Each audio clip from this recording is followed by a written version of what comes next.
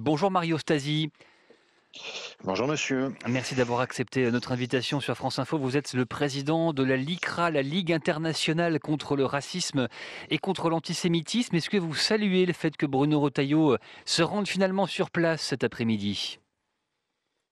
Écoutez, est-ce que je salue? Oui, enfin, qu'ils se rendent sur place, c'est une bonne chose, mais au-delà de la présence de monsieur Rataillot et des exclamations de ceux qui s'étonnaient de sa soi-disant, réaction qui n'était pas assez, enfin radicale, où sont les propositions? Où sont les actions?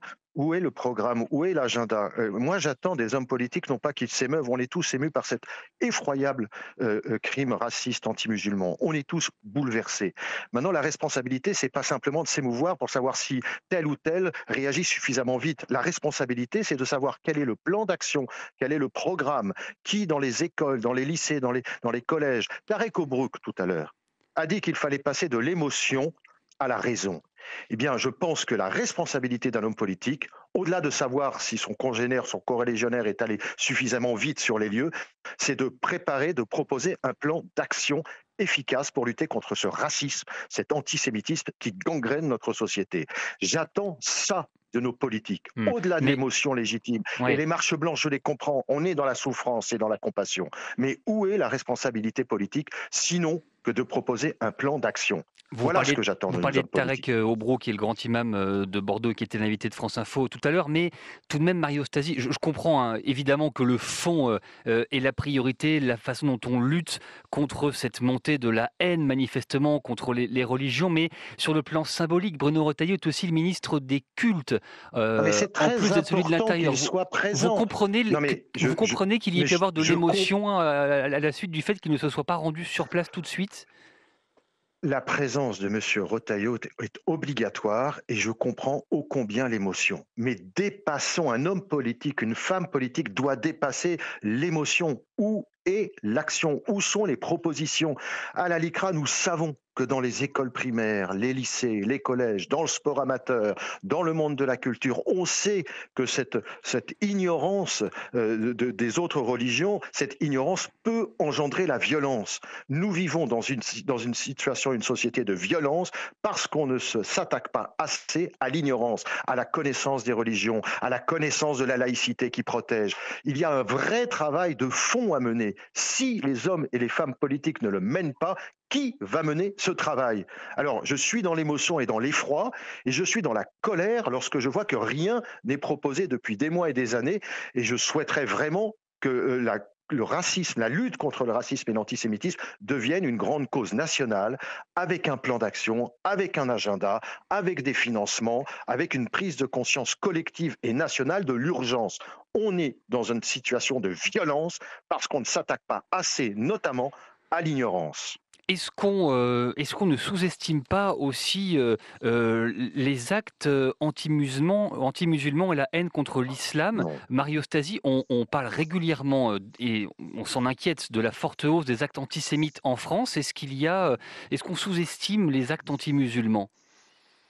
On ne les sous-estime pas, on sait qu'ils existent, mais de la même façon que contre l'antisémitisme, on a été trop longtemps dans l'émotion et dans l'effroi, il est grand temps de passer. On ne sous-estime pas, il suffit de lire les rapports de la LICRA, les rapports de la CNCDH, les rapports du ministère de l'Intérieur. On sait que nous vivons dans une société où les actes et propos racistes et antisémites sont en progression constante. On le sait.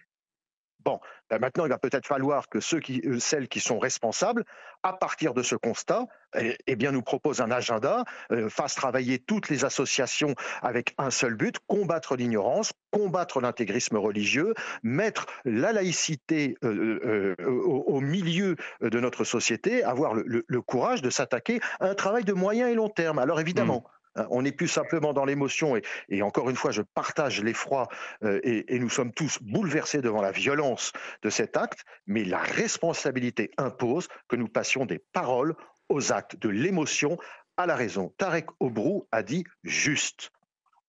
Est-ce que vous appelez Mario Stasi, à vous rendre également, comme, le fait une partie de la gauche, à ce rassemblement à 18 heures à Paris contre l'islamophobie ce soir?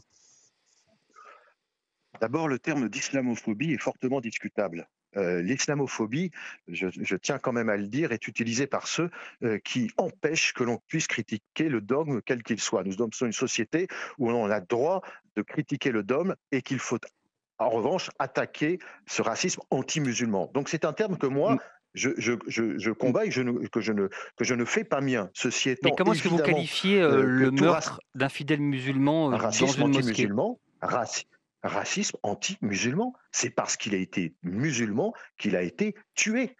Voilà. C'est horrible, mais c'est aussi simple que ça. Mmh. C'est du racisme anti-musulman. Voilà. Et quand quelqu'un est tué parce qu'il est de la communauté juive, eh bien c'est de l'antisémitisme. Quand c'est du racisme, quand c'est un musulman, c'est racisme anti-musulman.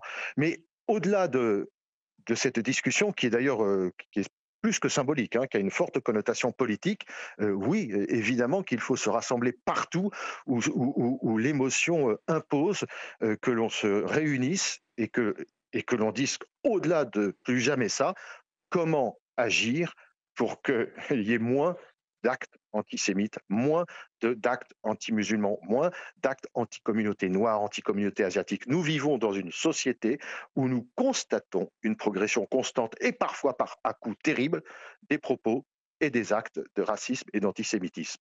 Voilà. Et là, nous arrivons en effet dans une situation d'une violence extrême, abominable, effroyable, et qu'on ne peut que condamner et qu'on doit prendre en considération pour agir. Je vous en prie, agissons maintenant.